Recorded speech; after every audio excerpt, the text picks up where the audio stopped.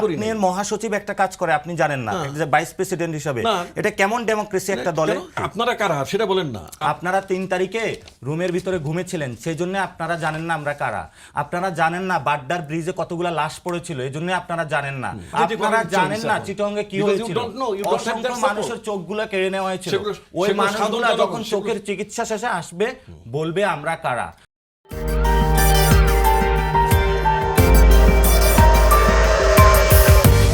এক দফা যখন ঘোষণা হয় তখন তো আসলে রাষ্ট্র সংস্থার একটা বড় দাবি ছাত্র জনতার পক্ষ থেকে ছিল। বিএনপি তো সে এক দফাকে সমর্থন জানিয়েছে। তাহলে বিএনপি সমর্থন জানিয়ে বিএনপি এক দফার আন্দোলনে বিএনপি ঘোষণা করেছে। এটা এই ঘোষণাটা এক দফার আন্দোলনটা অফকোর্স ছাত্রদের পক্ষ থেকে এসেছে, কিন্তু ছাত্রদের আগে রাজনৈতিক দলগুলোর তরফ থেকে এক দফার আন্দোলন ছিল, সেটা তো সফল হয়নি। সফল হয়েছে অগস্টের 3 তারিখে। আপনি যখন একটা টেবিলটা মেক করেছেন না, আমি আপনার এখানে দ্বিতীয়বারের মতো আসলাম। আমি যখন আগে আসতাম তখন এইখানে টেবিলটা ছিল, টেবিলটা ওখানে ছিল। একটা জিনিস মেক করতে তো টাইম লাগবে। হঠাৎ করে তো একটা বাচ্চা প্রসব হয় না, ইট টেক্স টাইম, সময় লাগে। আমরা যখন 80s যখন আমরা আন্দোলন করেছি তখন দেখা যায় বারবার আন্দোলন উঠেছে, বারবার আন্দোলনটা ক্লাইম্যাক্স থাকে, আন্দোলনটা লয় তাল মাত্রা গতি থাকে। 9টা বছর এরশাদের বিরুদ্ধে যখন আন্দোলন, আমি তো তখন বিএনপি ছাত্র সংঘের প্রধান ছিলাম, তো ডাকসু তখন ছিল, তো হয়তো দেখা গেল তখন আন্দোলন হয়নি। নাসিরউদ্দিন পাটোয়ারির কাছে জানতে চাই, এটা বিএনপির প্রোগ্রাম ছিল, আপনারা পরে নেমেছেন। এটা বিএনপির, এটা আপনি দেখেন, গুগলে যান, আপনি নিউজপেপার দেখেন, আপনি জানেন না, আপনি সাংবাদিকতা আপনি জানেন না যে বিএনপি এক দফা কর্মসূচি ঘোষণা করে নির্বাচন। এই জনাব, আমরা শুরু থেকে বলে আসছিলাম যে 90-এর যে গণঅভ্যুত্থান হয়েছিল স্বৈরাচারের বিরুদ্ধে, সেটা দুটি দল চুরি করেছিল। আমরা জানতাম এই বিষয়গুলো আসবে, ফলত আমরা সেই ইঙ্গিতগুলো প্রথমেই দিয়ে রেখেছি যে বাংলাদেশের যে রাজনৈতিক দলগুলো আছে তারা এই যে 24-এর যে গণ অভ্যুত্থানের শক্তি সেটাকে চুরি করার চেষ্টা করা হবে। এটা অলরেডি শুরু হয়েছে, কথাটা স্পষ্ট। ছাত্র জনতার এই যে গণ অভ্যুত্থান হয়েছিল, এই গণ অভ্যুত্থান ইতিহাসের বিচারে লেখা থাকবে। কারা ঘোষণা করেছিল? নাহিদ ইসলাম ঘোষণা করেছিল, শহীদ মিনারে ঘোষণা করেছিল, এবং 5 তারিখে যে জনতার জয়, কিভাবে সরকার গঠন হয়েছিল, ইতিহাসের কাঠগড়ায়। সো এটা যদি অস্বীকার করা হয়, দিন দিন এটা অস্বীকার করা, নিজেকেই অস্বীকার করা হবে।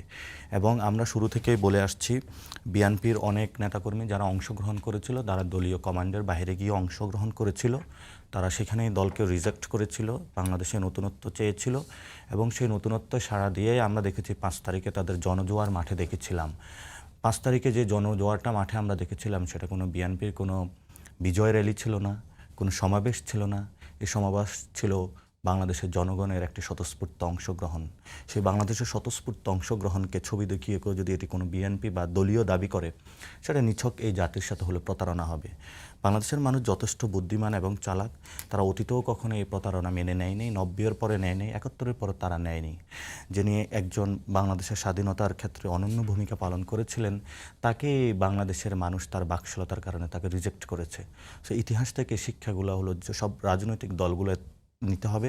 16 নভেম্বর 2024 মির্জা ফখরুলের, সেখানে উনি স্পষ্টত বলেছেন 2021 সালে দেশের পৌরসভা সমূহের মেয়র নির্বাচনের লক্ষ্যে যে ভোট অনুষ্ঠিত হয়, গণতন্ত্র প্রতিষ্ঠার লড়াইয়ের অংশ হিসেবে বিএনপি ওই নির্বাচনে অংশগ্রহণ করে।